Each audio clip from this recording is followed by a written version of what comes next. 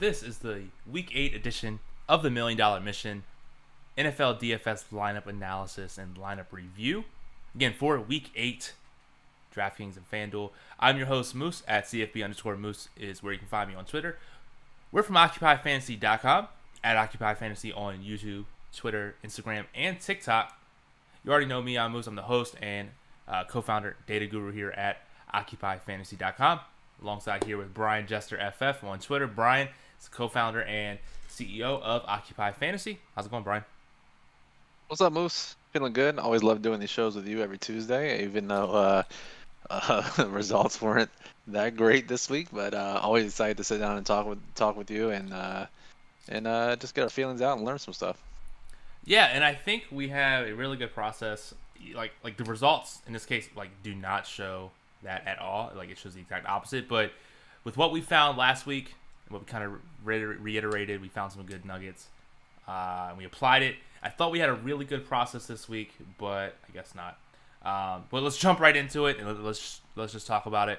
Again, the $1 Million Mission is where we break down Brian's 150 lineups, how they did last week, what other professionals did, what some of the winners did, and just go from there. So as we start off, if we look here at how he did on FanDuel, he had 40-50 in entries and $542 in winnings for a minus 82% ROI, which is not good. Yeah, so yep, this happened. And it's funny because 2 weeks ago, week 6 $1 Million Mission, we discussed, or at least I said, that was about the floor, right? I'll always get 60, 70%, or minus 60, minus 70% in the worst case scenario. That's generally my floor.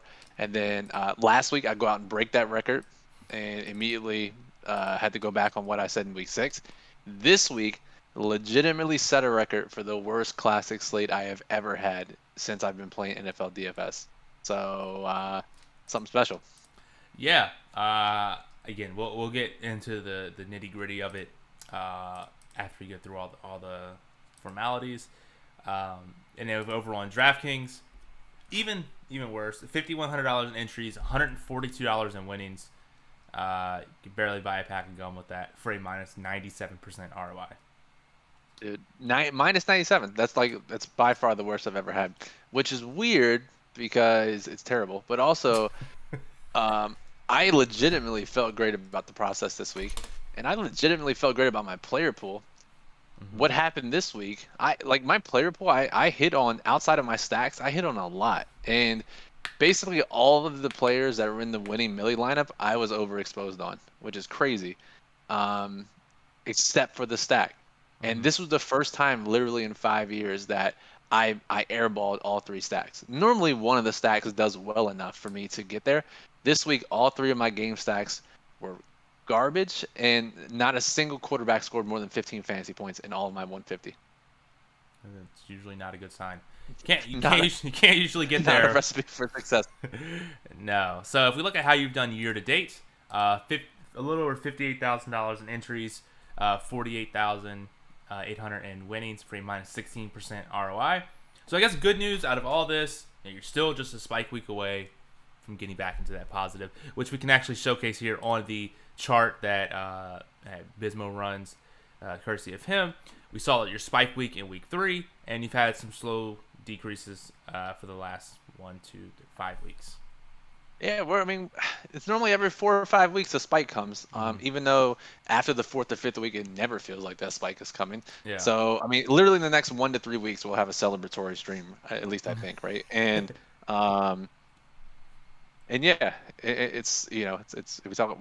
We've had enough of the mental talk here. It's been tough during the valleys, but again, I felt really great for the most part, and this is the best I felt after. You would think I'd be just losing it after a week after my worst week ever, but I actually feel really great about the process. Yeah, just to get on the good thing, this is where my live final in bumfuck New York is this upcoming weekend. So it was it's like flop lag. We felt good about our process, airballed it. Now we got the actual contest that matters. We're gonna do well this week. Yeah, exactly. Yeah, the Batavia Live final definitely matters. Which, by the way, if you guys are tuning in Saturday, Moose is obviously going to be in New York, so I think Chris is going to join us on stream, but we'll still be streaming on Saturday to preview Week 9. But good luck to you, Moose, on that. I can't wait to review what happens on Tuesday. We'll definitely include some of your results. Definitely. And just going back to the chart, right? 150 maxing, we talk about it. I mention it at the beginning of every year, a few times throughout the year on the show. I'm going to lose 75 to 80% of the time in NFL Mhm. DFS 150 maximum. My goal is to spike 3 to 4 times per season. So again, we already have 1, 2, maybe 3 more coming, Mhm. and if that happens, I'm gonna have a winning season. So it is what it Yep. is. We're just gonna, looking at individual weeks doesn't tell us a whole lot in the big picture story, but the takeaways we get is the most valuable. Yes, absolutely. And I guess a good side is if you're in survivor pools and you didn't pick Cincinnati, uh, Like us. like us, but like you can see my hairline just goes back each week, each week. I'm looking like LeBron James soon. But We like should have we should have put the Prince Philip meme on this on this image because that's literally us every week. yeah, I know. So for those who don't know, we're in the DraftKings Survivor pool. We have one entry remaining. We had Kansas City, which narrowly squeaked out. Like, thank goodness for that random offsides call. That probably wasn't even that much offsides. We survived, but hey, you got to survive. 45% of the field had Cincinnati. Shout out Mike White, who did that, who beat Cincinnati, knocked out It is a the ton of hindsight. the field. So that's great. Should be very, very interesting to see the strategy going forward. I'm excited, and our strategy's been if a team is over 40, 35, 40% as the most popular team. If we can find a similar team at reduced ownership and a good remaining schedule, which has kind of been our strategy this whole year, we know that if we're going to beat 2,600 people, which is what this contest started with, that we can't be picking popular teams. We need the field to get knocked out a half at a time. Yeah. And that's what happened this week with Cincinnati. And our strategy is working great. So I'm excited, Moose. We just got to keep dodging these bullets. I would think our sweating variance is through the roof, right? We're due for some non-sweats here shortly, hopefully in wins. Yeah, absolutely. And you know what I think has really helped us here, and I mentioned it I think just after the week one $1 million mission, but Circa had over in Las Vegas some great guys over there. They have a survivor contest that locks on Saturday, and so we've been using their percentages that they publish. It's been pretty close to what the DraftKings survivor pool is. Now I think it'll be a little different going forward, just because there's so many different teams that certain people pick in different contests versus DraftKings versus Circa. So percentages are kind of out of whack since it is just a one and done. But early on in the season, I think that's a very useful resource to use. Yeah, it's like projected ownership in Mm-hmm. DFS, right? And when we do that in March Madness too, right? We get the public projection pick. So Yep, yeah, anytime again, if you can try to figure out what the field is doing, that's a step one in beating any game. exactly. Yep. And then in the DraftKings Pick'em pool, we moved up about 100 spots. Thank goodness for there was what was it? I know KC was a big favorite, and I think 35% of the field had them, so that was good that we middled that with Survivor and knocked Yep. them and pick them. There was one other team that was very popular, Brian, that's slipping my mind. Minnesota, they had the line Yes, flip. yes, Minnesota, just straight up lost outright, and that was I think 45% of the people had them. So those two huge favorites didn't cover, moved us up about 100 spots, so looking pretty good there. Yeah, and we were a Carson Wentz left-handed throw away from moving up a couple hundred more spots. So Mm-hmm. yeah, we got to get some 5-0 weeks moose if we're gonna get cracking here and get in contention. And the clock's ticking, so we're gonna keep tweaking our strategy a little bit as we need to up the risk to increase the reward chances. Exactly. Yep. So that's kind of the conglomerate review of last week.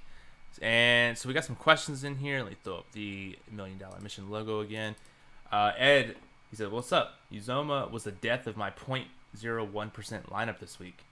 That Dude, we sucks. told you, man. You asked us on Saturday. We said don't play the guy who has 5 touchdowns on 19 targets. Yeah. Um, I good work on the rest of your lineup though. I don't want to shit on you, Ed, but we're only playing overperforming wide receivers. We're not playing overperforming tight ends. Definitely.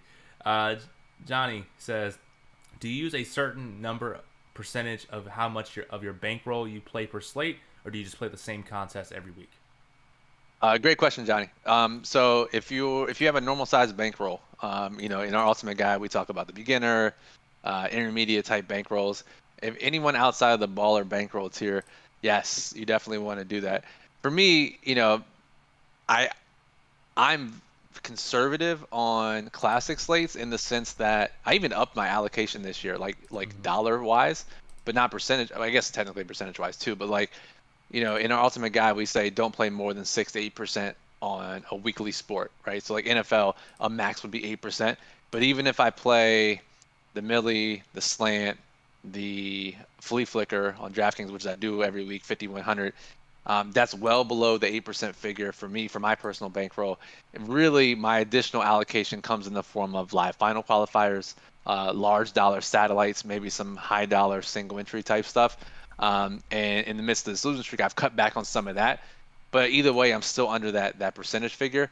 Um, so the answer is yes and no. But if you have more specific bankroll questions, I'm happy to answer them. Yep. And that says, did the cold stack win the millie? Yeah, a 2x1 stack won the millie, which They did. Bring back season, and this was painful moves for me because Chris wrote it up in the plug, hmm and I gotta continue to trust Chris.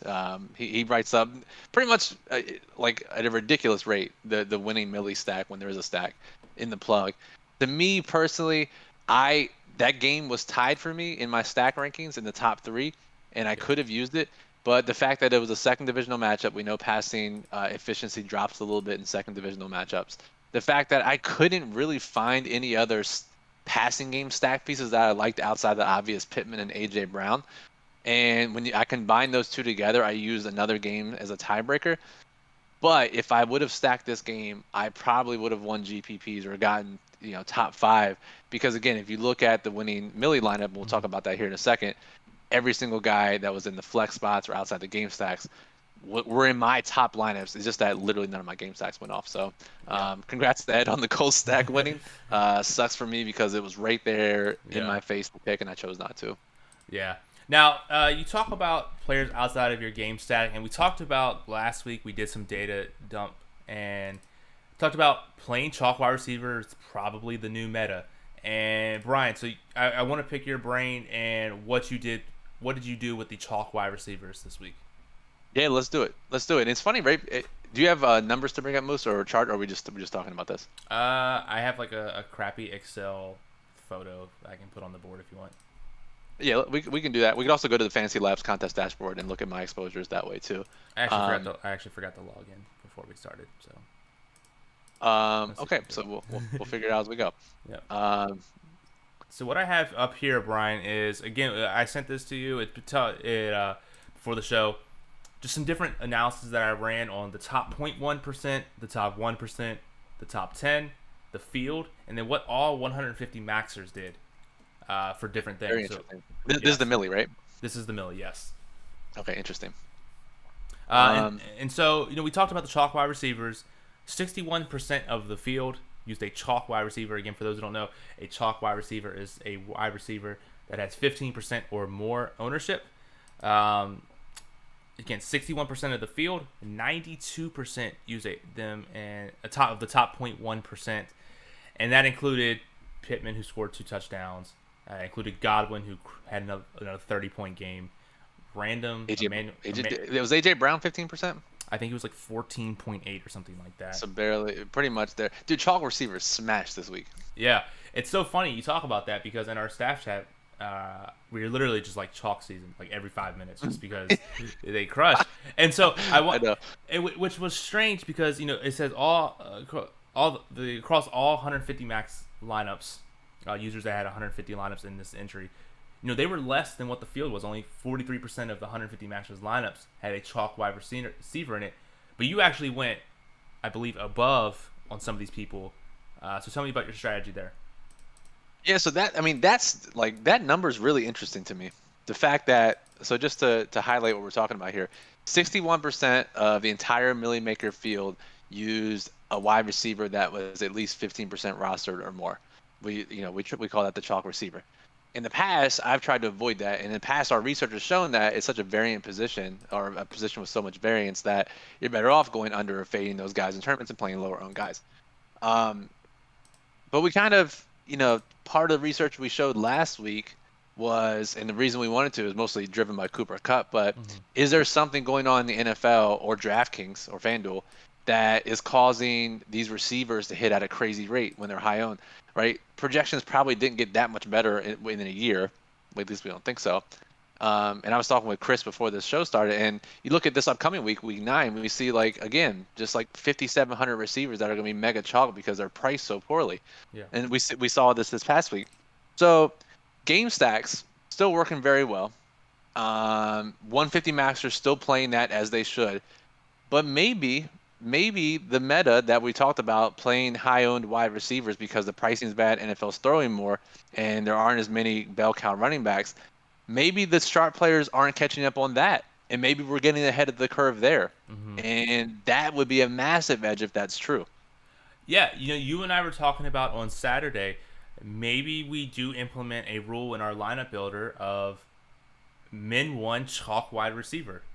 And that's what I did in my lineups. And again, I had a lot of lineups that did well, but of course my game stacks were pretty terrible too. Did you do a rule like that as well, or how did you figure out how much exposure you wanted to these chalk wide receivers? Yeah, I wanted to at least match the field on most or try to go over. I didn't set a rule. I just set exposures for those receivers. And, I was able to get 20-plus Cooper Kupp when that's something I would never do in the past. I was able to get 20% Godwin or whatever it was. So, I made a dedicated effort this week to get those guys into my lineups, when before I would have a max of 4% of those guys unless I was game stacking. So, to see the field be way under, or to see the 150 maxers be way under on that, to me, this is okay, is this the skeleton key this year? Is this the edge that we've been looking for? And are the sharpest players not catching up there? The whole Twitter conversation over the first 6 weeks of the season was, are sharp players not catching up to bringbacks or not bringbacking, whatever the fuck you want to call it, not game stacking? Are they catching up there? When our research showed that you still want to game stack. But maybe the conversation should pivot towards, our sharp players not catching up to playing these high-owned wide receivers as much as they should. And I think that, again, kind of what we saw so far, that's been the case, and it's really weird. But if you look at the high-level reasons for why that may be, DraftKings are pricing these guys pretty poorly, and again, the NFL's throwing more and more. So when you can play, I don't know, a 7K running back and an unpopular 5K receiver, or Eli Mitchell and Chris Godwin, ownerships, the typical tournament strategy would say, yeah, you want to play the higher owned running back and the lower owned receiver. But this year, that's not necessarily the case.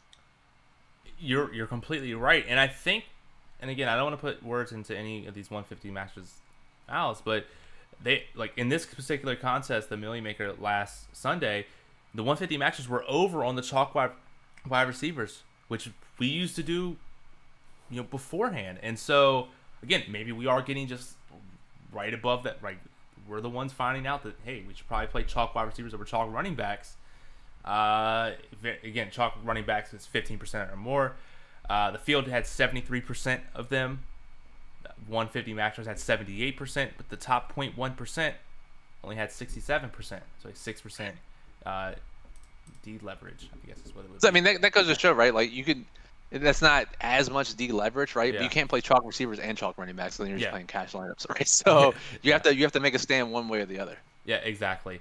And then I do want to point out about the stacks. That 2-1 stack was pretty nasty with Wentz, AJ Brown, and Pittman. Yes. 29% of the top 0.1% of the field had a 2x1 stack compared to only 14% of the field. But the only other thing that had major leverage, I think, were the 3x1 stacks. 17% of the top 0.1% compared to 13% of the field, a 14% leverage there. So again, keep game stacking. It's funny, Brian, you talk about, we talked about it on Saturday. I said, I think for the first time, I'm going to 3-0 stack something. I'm going to 3-0 stack Cincinnati. And then the Jets put up 14 million points, and that game stack just yeah, dude, you could have brought it back with Carter or Crowder or apparently Berrios or somebody. Yeah, that was crazy. Yeah, it was pretty nuts. So, I will Yeah. say though, I will say just real quick, the fact that no game stack really went off this week, right, Mhm. is why 3x1s didn't do that well, even though they had positive leverage. So that's, I mean, it's still encouraging to me to see on a week where most game stacks absolutely sucked that it Yeah. was still positive leverage for those. Definitely. Yep. So let me go ahead and get this off screen. I think I have Fantasy Labs up now. If not, I can go to the contest dashboard here. Cool. So we can go back to the contest dashboard. And we do have some questions here really quick.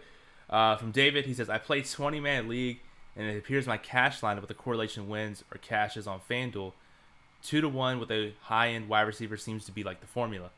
Yeah, I can see that that works pretty well, right? When you do your Yeah, league run. and we have a pretty specific example like that in the Ultimate Guide, where you're playing quintuple ups, multipliers, which I would kind of consider a 20-man league because top 3 out of 20 get paid. Right? You don't have to get too crazy. You only have to beat 17 people if you want to cash and 19 people if you want to win. So you can play basically all the best plays, but just add some correlations to your lineup, right? So if you're playing, literally all the top plays in our daily plug or by ownership or the model or whatever, there's no correlation, just pivot one or two guys, quarterback to receiver or receiver to whatever, to get that correlation, and that's enough for a 20-man league, especially if the competition isn't that sharp. Mm-hmm. So definitely the formula. And what's good about the 20-man leagues is because you mentioned there if the competition's not sharp, that's enough entrants to where you can look at and say, okay, you can look at all the entrants who are in there. You can go to the Roto Grinders leaderboard or search your name, however, see if they have a badge, and you can say, okay, this contest might be a little sharper than what I want to be in. Let me look at the other 4 or 5 20-man leagues they have and play which one that has the lowest ranked players in it. Right, and I think if I remember correctly, David's in our Discord and he talks about he plays that every week. It's like a friends and family or work league or Mm-hmm. something. So you can basically look and see what the opponents are going to do every single week if you Mm-hmm. play the same people every week. So use that to your advantage. Yeah, definitely. And Ed says, maybe it's me, but I think the sharp players who have been sharp for years assume this is a fluke and still play their way for most of the season. What do you think about that, Brian? I think it's very possible that players rest on their laurels. It's something I tried very hard not to do. We do our research every year and we know it works, but again, and I don't know if it's existential crisis, a fear of never succeeding again, fearing of being one and done, or just like the grind and wanting to be the best there is. But we try to check in every few weeks during a season, especially after every season to see if anything's changed. And that's kind of what we did last week. And I agree. And I think a lot of pros, especially the ones that have made millions of dollars or won GPPs in the past, know what works and they're going to stick with it. But again, it's like we talked about last week. It's a very thin line between overreacting to a 7-week sample Mm-hmm. versus trying to get ahead of a change in the game. And I think we're kind of noticing that with the chalk wide receiver thing. Yeah, exactly. I think we're at that tipping point there, and I think we started to, or at least I have, looked more deeply into lineups. I know we have the show where we do that as well, but Sunday night, Monday morning, Monday afternoon, I'm doing a little bit more deeper dive, especially because we're including stuff like the chalk wide receivers, the different type of stacking leverages. So always got to keep your head on a swivel. Always got to keep your eye out for something that could be popping up. And we'll be there to catch it. So Right. And maybe it's not completely changing everything you do, right? Maybe it's just yeah, adding or subtracting something from your process, which is something I do in every single sport, like yeah, every few weeks. So. yeah, and like you said, it could be as David said here. Cup is a must right now. I mean, he hit value without a touchdown halfway through the game. We had like 13 catches for like 80 yards or something. Like, I know. yeah, yeah, it's pretty nuts. Johnny has a question here. He says, do you have an overall number you want to see your lineup stay under?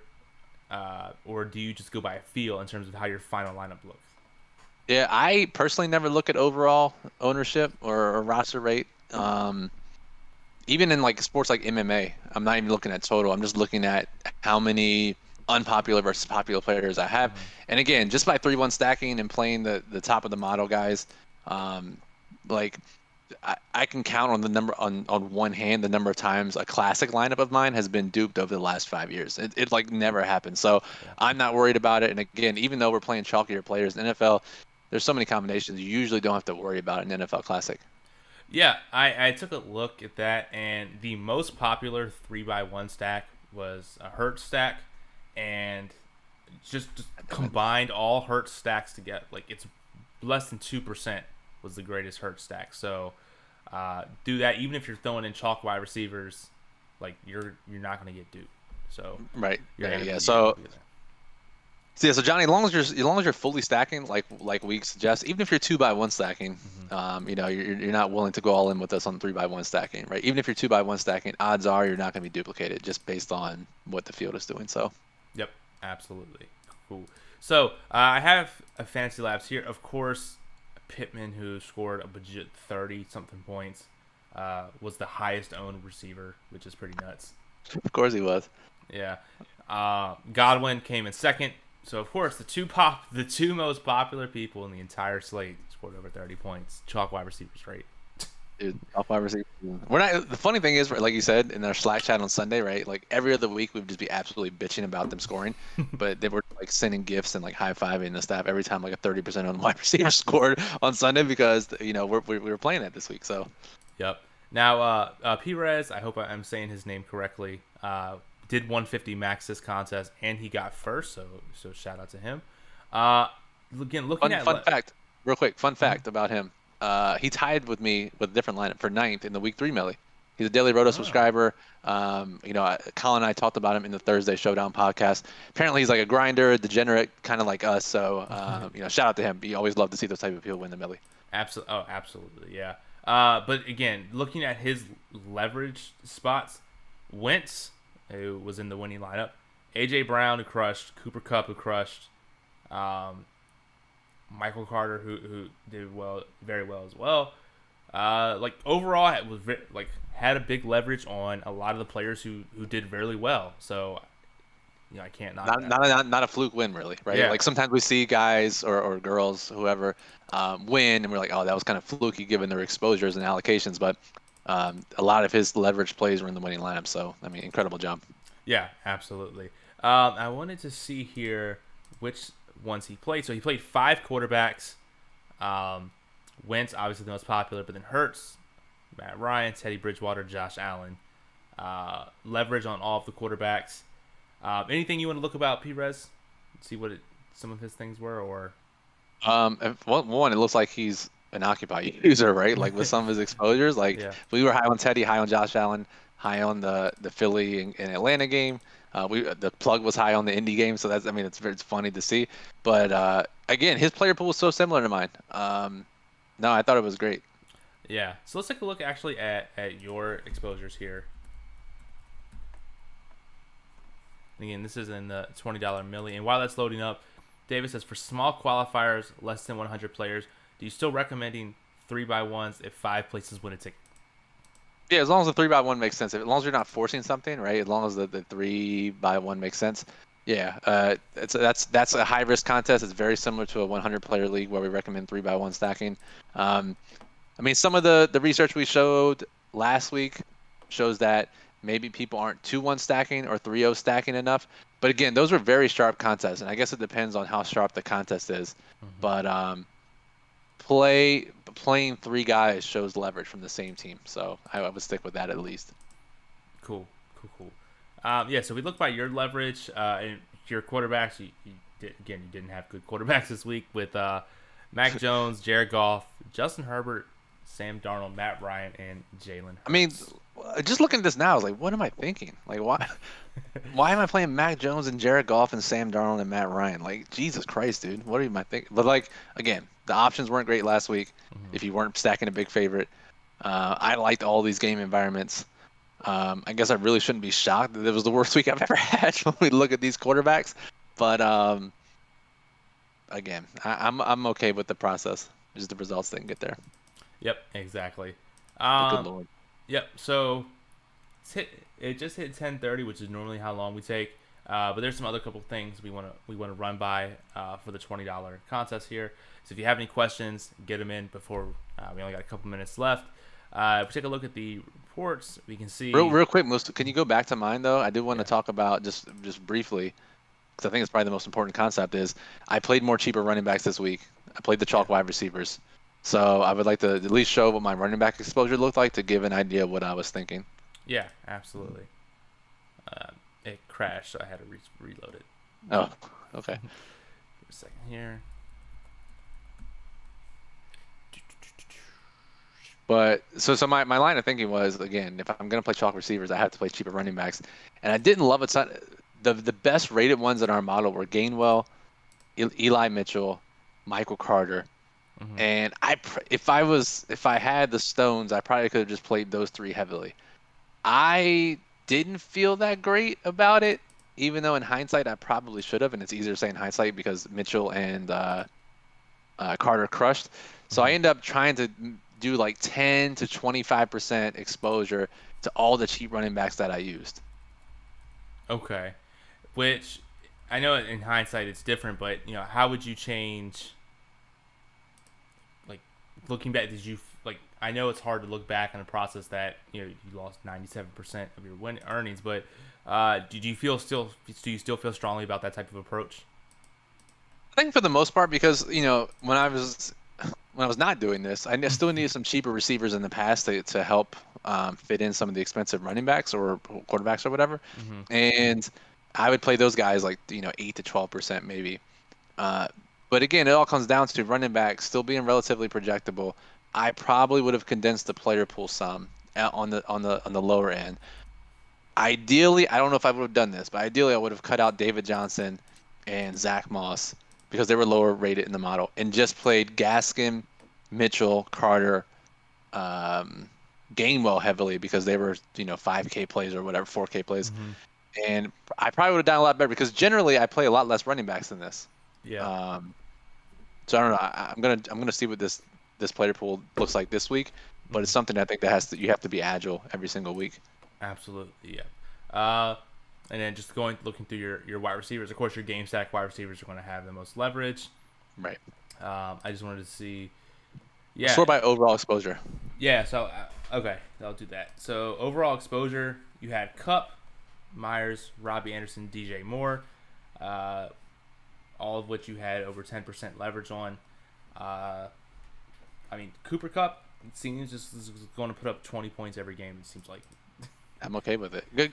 Sorry. So sort by the field again, because I can. So my goal was if I couldn't match, I wanted at least half, which is something I normally would never do. But again, Mhm. this is kind of my chalk wide receiver approach. And so Chris Godwin, I thought was going to be 23, 24%, at least get 12%. Jamar Chase, I thought was going to be 20%, let's at least get 10%. And Mhm. Cup, I thought was going to be way higher, but even so, he was number 3 in our model. With everything considered, so I wanted to get as much of him. I wanted the most of Cup because he rated the highest of the chalk receivers. That makes sense. Yeah, and you ended up getting some leverage on Cup, not too, and you got deleverage on Godwin, Chase, AJ Brown. I just didn't Um, want to get buried by them if they went off. That was the key. but you gotta have the chalk wide receivers, man. Dude, I had it. No, I no, could only get so I much. no, I know. Just lock 4 wide receivers into your Yeah. 150. I mean, we might do it this week with Amari Cooper and Marquise Brown. So maybe I should just lock them in. Who knows? Yeah, I mean it's very tough if you want to match the field on people who are projected to be 20% owned. So it's hard to do that. So let's take When a you're look. game stacking including receivers, it's tough. Yeah, exactly. So if we take a look here, uh, shout out to the duped lineup, which is That's a odd. terrible lineup. Yeah, it's pretty odd. I'm just going to skip right back over that. Yeah, please do. Let's check out the flex usage because as we talk about the chalk wide receiver, the conversation kind of drifts towards should we only be flexing wide receivers over the course of the season. We haven't seen a major difference in wide receivers, a little bit of leverage, but Hmm. nothing like we've seen this week. No, pretty nuts. So 46% of the field had a wide receiver in the flex spot, compared to 73% of the top 0.1%, and Yep. 55% across all 150 maxers. Yes. Wide receivers dominated the top 0.1% of lineups this week, and rightfully so. Double tight end lineups got absolutely crushed. Thank goodness. Absolutely thank goodness. Yeah, Matt says less sure about those running backs. Makes sense you added more of them, not less. It's tough, man. It's tough to look back on.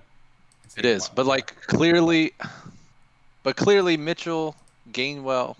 I mean, we thought Gainwell and Yeah. Carter were definitely underpriced and like should be high volume guys, and definitely the best of the group. Gaskin, obviously playing time concerns, even with Malcolm Brown on the pitcher.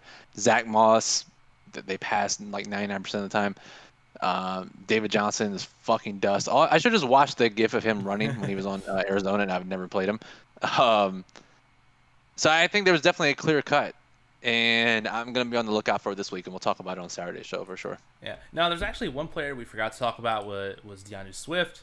It's a little chaos toward the 1 o'clock with him. Why Yeah. don't you tell me about what you decided to do with him? I can actually just go back to your exposures.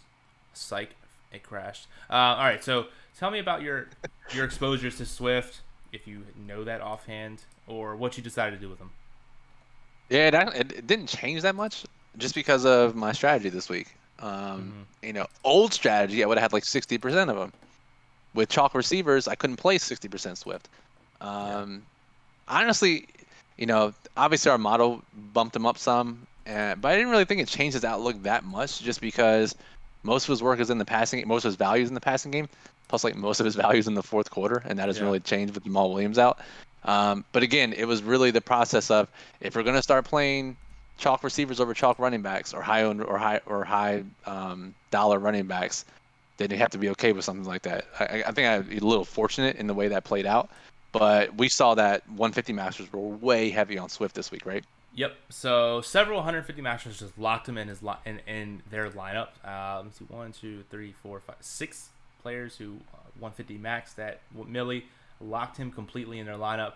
Across all 150 maxers, they had an ownership of 39.68% of DeAndre Swift, just higher than the field had. The field had 23.69% of the field. So again, it shows that Swift was a sharper play. Driver play in the context that the 150 maxers are still in the chalk running back meta, which may or may not be right. We're leaning towards chalk receiver now, but um, to me, I mean, he wasn't like he was a great play. Don't get me wrong, Yeah. but he wasn't like a Jalen Samuels, Yeah. Alexander Madison lock button type play, right? He wasn't that mispriced. Mm-hmm. He was mispriced a little bit with Jamal out, but um, yeah, it was interesting to see what 150 masters did. Yeah, very, very interesting. So, uh, question here from Johnny says, how do you select single entry lineups or qualifier contest lineups? Basically, your non 150 contests. Do you just select from the top of your lineups, or do you build specifically for them? If I had the time and if I was a great player, I would build specifically for them, and I would probably include more 3-0 or 2-1 stacks just based on the research we've seen. Um, but I'm still pretty confident in my lineups. And what I generally do is I try to get an even distribution of the quarterbacks I'm playing. So like if I'm playing, I don't know, let's just say I'm playing 50 qualifiers, 50 qualifying contests, satellite contests, and I have 5 quarterbacks. I want 10 of each quarterback in those 50 lineups, right? Just to get an even distribution, something like that. And normally I'll just pick randomly from the order they were built in the lineup builder. Sometimes I'll sort by, depending on how I'm feeling or how it looks, I'll sort by projected points from the model. Um, I mean, I think we've talked about on the show before, but Nerdy Tenor, who's kind of a newer player but absolutely dominated over the last year, Yeah. he builds like 150,000 lineups and randomly selects 150 from that, just because he said it's impossible for our eyes to, and he's like heavy math dude, impossible for our eyes to pick like the best ones. And I agree with that. And I think, as long as you're, because like we're splitting hairs as far as like expected value between like one Jalen Hurts lineup versus another, right? As Mm-hmm. long as they're all 3x1s and playing similar types of builds, I think just picking one and going with it I think is fine for qualifiers. Single entry, maybe you're a little more dedicated in your approach, but as far as like entering different lineups in qualifiers or satellites or smaller contests, I think you can. There are better ways to spend your time than agonizing which lineup to pick. Yeah, it's in all that says it's very tough. So, cool. Any last lingering thoughts, Brian, before I take us out of here? All right, so I can actually say this with confidence that this was definitely the floor week. Yeah. If it gets worse than this, then I don't even know what to say. Yeah. So it's gonna be rough. Uh, yeah, so this is actually a full week. Spike Week's coming very soon. Very pumped about it.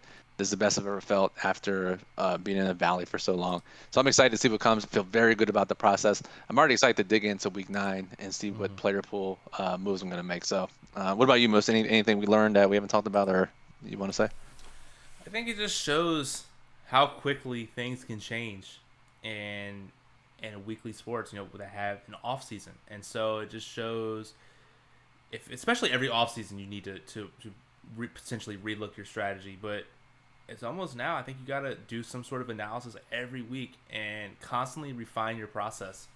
Look at what the sharp people are doing, but also look at what the field's doing, and because people missed new meta. So I think we found it with the chalk wide receivers. I'm really excited going forward. I'm gonna be cold as shit in Batavia this weekend, so hopefully it's worth my time. But it should be fun regardless. Either way, we'll try and put some content out. Worst case scenario, we review it on the Tuesday $1 Million Mission.